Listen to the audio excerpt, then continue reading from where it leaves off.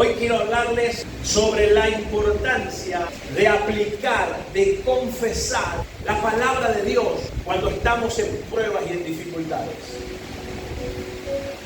¿Qué es lo que tenemos que aprender a aplicar cuando estamos pasando pruebas?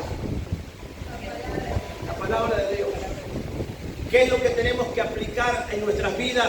¿Qué es lo que tenemos que confesar? ¿Qué es lo que tenemos que declarar cuando nos encontramos en pruebas? La palabra de Dios. Mirá lo que dice el libro de Santiago, capítulo 1, verso 4, lo tenemos en pantalla. Hermanos míos, tengan por sumo gozo cuando se encuentren en diversas pruebas. Tienen que saber que la prueba de vuestra fe produce paciencia. Esa palabra paciencia significa madurez, significa crecimiento. ¿Se entiende? Eso es paciencia, madurez. Mas tenga la paciencia su obra completa, para que seáis perfectos y cabales, sin que os falte cosa alguna. Amén. Durante nuestra vida, todos vamos a enfrentar momentos difíciles. Todos vamos a enfrentar momentos de dificultad. Y cuando lleguen esos tiempos, la fe en la palabra de Dios se va a convertir, oigo otra vez, la fe en la palabra, en los momentos difíciles, la fe en la palabra va a ser en nosotros una fortaleza. En los momentos de tempestad, si nosotros confiamos en la palabra y declaramos la palabra va a ser un ancla que nos va a mantener firmes en medio de la tormenta. Las Escrituras nos recuerdan constantemente qué importante es mantener nuestra fe, es mantener nuestra confianza en la palabra, es mantenernos seguros, principalmente cuando hay problemas. ¿Usted sabe cuándo se usa el ancla en un barco? El ancla en un barco siempre está colgada, el ancla, ¿no? Cuando se alza el ancla está colgada, el barco viaja y el ancla está ahí. Y uno dice, ¿para qué está ahí? Porque cuando viene la tormenta y comienza a sacudir el barco para todos lados, es en ese momento que hay que usar el ancla. Y sueltan el ancla y el ancla baja hasta el fondo del mar y ese peso hace que el barco tenga estabilidad en medio de la tormenta. El ancla es la fe en la palabra. Cuando viene la dificultad, cuando viene la lucha, es ahí cuando tienes que aplicar palabra de Dios para que te mantengas estable. Cuando la enfermedad golpee, la pobreza golpee, el problema en el matrimonio golpee, el problema laboral golpee, es ahí donde tienes que usar y confiar y declarar la promesa de Dios sobre tu vida.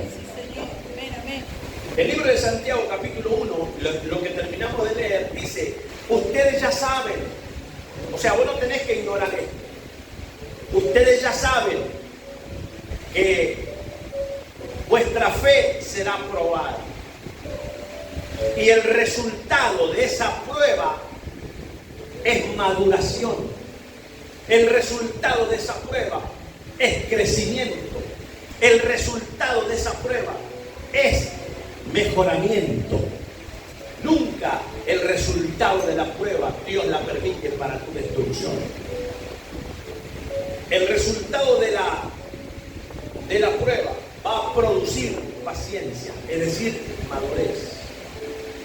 Y la paciencia, la madurez, se va a ir formando hasta que esté completamente y vos estés perfectamente maduro y entendido en la palabra.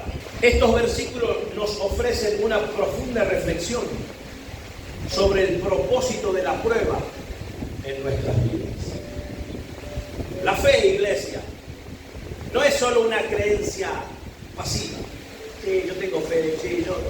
Decí conmigo, la fe no es una creencia pasiva. Es una fuerza activa.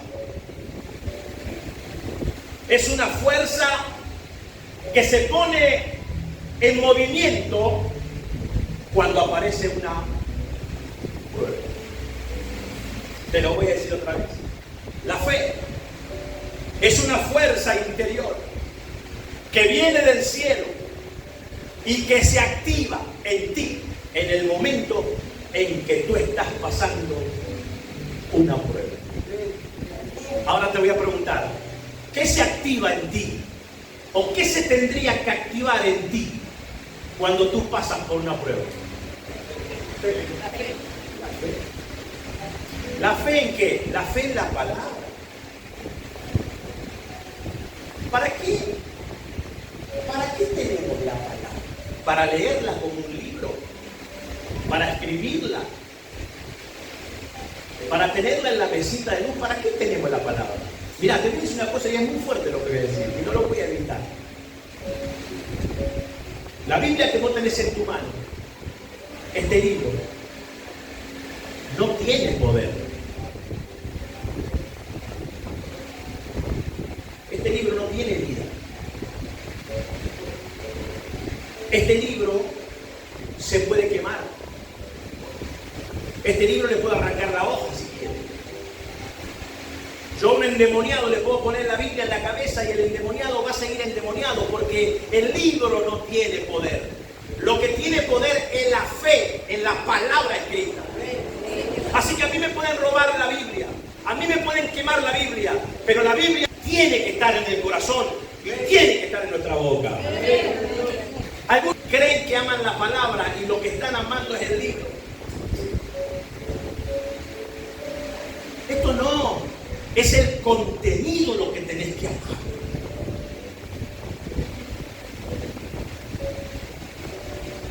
Te pueden quitar el libro, pero nunca te tienen que quitar la palabra de Dios de tu corazón.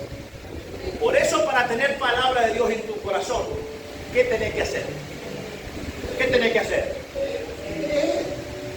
Porque a través de la lectura, lo que está escrito está pasando a tu corazón. Y ese es el lugar donde tiene que estar.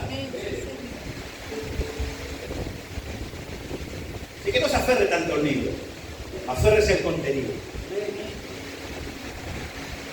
Porque cuando venga la lucha, cuando venga el zarandeo, cuando venga la dificultad, cuando venga la prueba, ahí es donde usted tiene que activar lo que dice el Señor. A veces cuando se te cierra una puerta laboral o no tenés dinero, uno lo primero que piensa es ¿cómo voy a hacer para llevar adelante mi familia? ¿Cómo voy a hacer para sostenerme? Entonces ahí cuando se corta el trabajo, cuando se corta, uno de repente puede notar dónde está su fe. Porque si su fe está puesta en el dinero, cuando no hay dinero su fe se cae. Si su fe está puesta en su trabajo, cuando se corta el trabajo, su fe se cae. Su ánimo se debilita. Su gana de servir a Dios se cae. Pero en ese momento de dificultad, que tú no sabes cómo vas a hacer para darle de comer a tus hijos, es en ese momento en que se tiene que activar la palabra de Dios en ti. Es en ese momento en que tienes que mostrar que tú no estás parado en un trabajo, tú estás parado en la promesa que Dios te dio por su palabra. Y sueltas una palabra. Y esa palabra transforma el ambiente porque la palabra tiene poder. No dije que el libro tiene poder, dije que la palabra de Dios tiene poder. Y como la palabra no está en un libro, sino que la palabra está en nuestro corazón, ¿yo qué hago? Suelto palabra y la palabra transforma el ambiente. ¿Y qué palabra puedo decir? Escrito está en la palabra, que los que confiamos en el Señor no pasaremos hambre, ni nuestros hijos andarán mendigando pan. Soltaste esa palabra y esa palabra comienza a trabajar, porque la palabra de Dios es viva y comienza a traer lo que no existe, trae, y aparece el pan, y aparece la comida, y aparecen los recursos, y aparece todo, aunque tú no tienes trabajo, pero aparece la providencia de Dios. Pero el problema es que cuando uno pasa por dificultad, lo que menos tiende a hacer es a cambiar el ambiente a través de la confesión de la palabra. Lo que menos se acuerda es de la palabra. Un niño o tu esposo o tu esposa, algún pariente, a las 3 de la mañana comienza a levantar fiebre. ¿Qué es lo primero que hacen? Los que tienen padres, lo primero que hacen es llamar a los padres para que, ay, mi nene tiene fiebre, no sé qué hacer. O llamas al vecino. Y si tienes auto, te vas urgente al hospital. ¿Está mal eso? No, no está mal. Lo que está mal es que no actives el poder de la palabra. Porque vas buscando soluciones por fuera cuando la solución está en tu boca. La palabra de Dios. ¿Y qué puedo decir, pastor, en ese momento? Lo primero que tienes que hacer es poner las manos y orar. No desesperarte. La Biblia dice, y ahí te voy a soltar la palabra. Esto es una promesa de Dios para todos los hijos de Dios. No es una promesa para los pastores solamente. No es una promesa para los predicadores solamente. Es una promesa que Dios dejó para todos los hijos. Levánteme la mano los hijos y las hijas de Dios ahí. Entonces es una promesa para ti. El Señor dijo, si tú confías en mí, vas a poner la mano sobre los enfermos. Y los enfermos, díganlo fuerte, los enfermos, el Señor no dijo, pon la mano y capaz que se sale. No, el Señor aseguró algo. Pondrá las manos sobre los enfermos y los enfermos sanarán. Punto de la cruz. Entonces en ese momento, ¿qué hago? Lo primero que tengo que hacer es activar la fe. ¿En qué? En la palabra de Dios. Dios dice que ponga la mano y ore. Así que voy a poner la mano. ¿Y qué hago cuando pongo la mano? Echa fuera la enfermedad.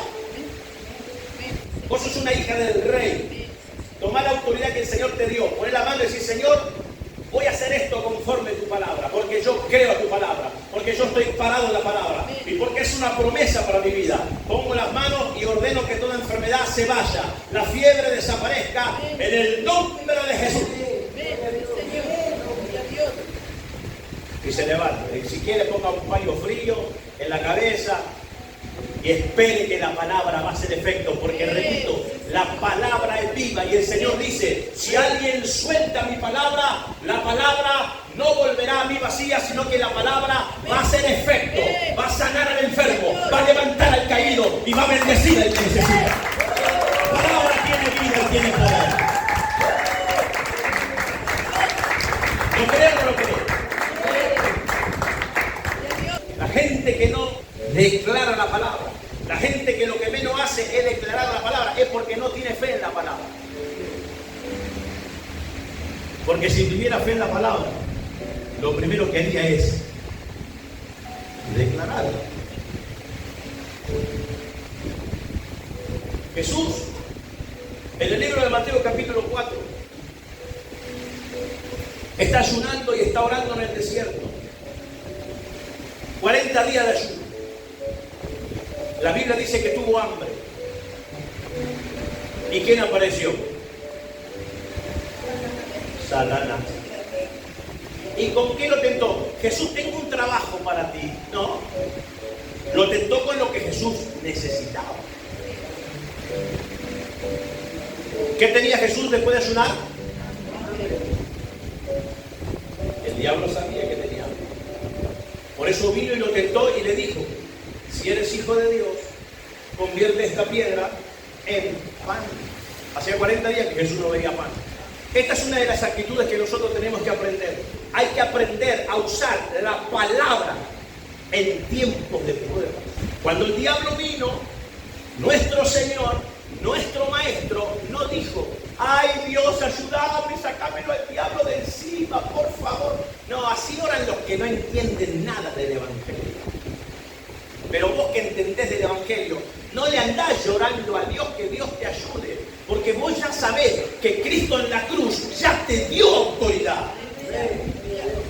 Cristo en la cruz te hizo rey, te hizo sacerdote, te dio poder, te dio unción, te dio el Espíritu Santo, te dio gracia. ¿No te das cuenta todo el armamento que el Señor te dio para que lo uses?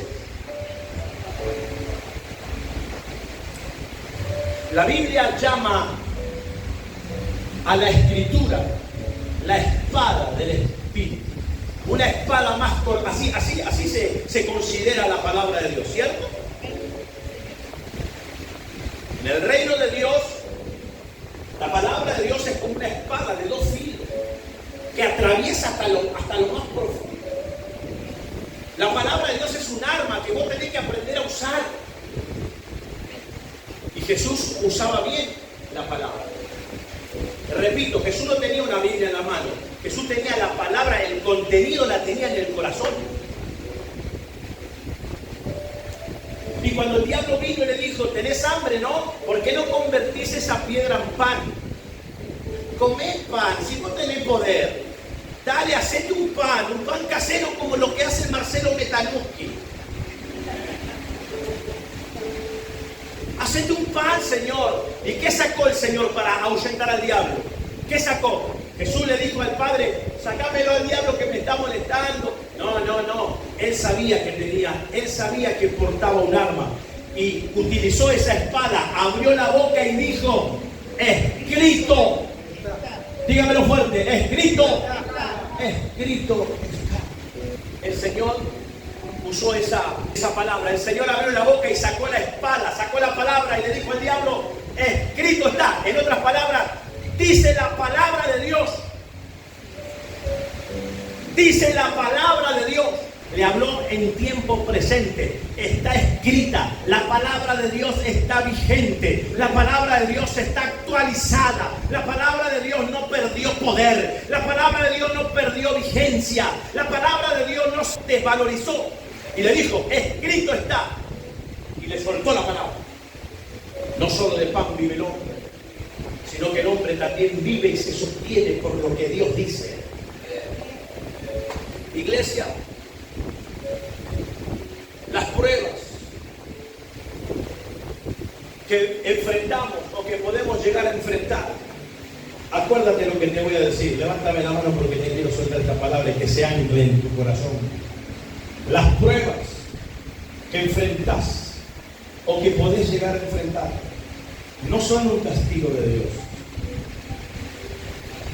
son oportunidades que Dios permite para que crezcas, para que aprendas, para que madures y para que seas mejor en tu fe y en tu comunión con Dios. Puede ser que hayas perdido un trabajo o que se te haya muerto algún ser querido. Puede ser que aparezca una enfermedad, una ruptura amorosa. No sé, varias cosas pueden suceder. Pero recuerda, esas situaciones pueden que te desanimen, puede que te lleven a angustiarte y puede que hasta te enojes con Dios. Pero recuerda que Dios lo permite para que tú mejores, para que tú hagas crecer la fe. Porque la fe crece por medio de las pruebas.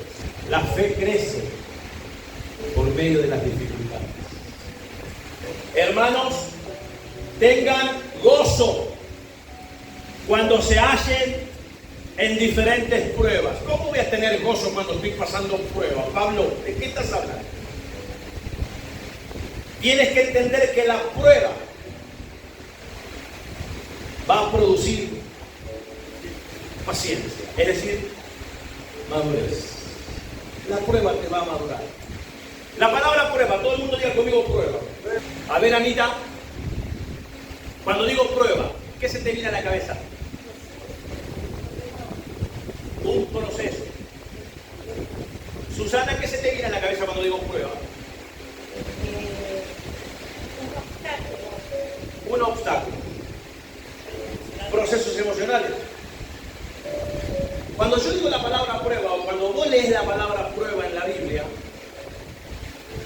por ejemplo, acá, hermanos míos, pónganse contentos cuando pasen por diferentes pruebas, porque esas pruebas van a terminar siendo para que ustedes maduren. La pastora, Ámbar, mi amor, ¿qué prueba para vos? ¿Cómo me hicieron? ¿Algo? Algo para ver si aprendiste algo.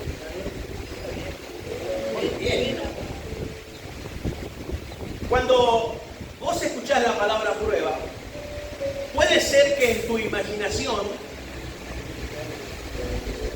o puede que se insinúe que estamos hablando de imágenes de sufrimiento, imágenes de dolor. Pero en este pasaje, cuando Dios permite pruebas, las pruebas tienen un propósito más elevado que sufras. Las pruebas tienen un propósito más importante que pases por dolor. No se refiere a eso, pruebas. Las pruebas son herramientas que Dios utiliza para hacer crecer tu fe. Las pruebas son herramientas que Dios utiliza para limpiar y mejorar tu carácter. Quiero que recuerdes eso. Porque la próxima vez que Dios permita pruebas, no vas a andar llorando. ¿Por qué Dios me pasa esto? ¿Por qué permites eso? Sino que vas a tener otro concepto, vas a madurar y vas a entender que las pruebas Dios las está utilizando para mejorarte. Dios las pruebas las está utilizando para limpiarte de cosas malas, para arrancar la incredulidad, para arrancar el vocabulario negativo, para poner fe, para que crezca, para que madure. Entonces la próxima vez que pasemos por prueba, mira al cielo y decirle: acá estoy soportando porque sé que de esta me vas a sacar mejor.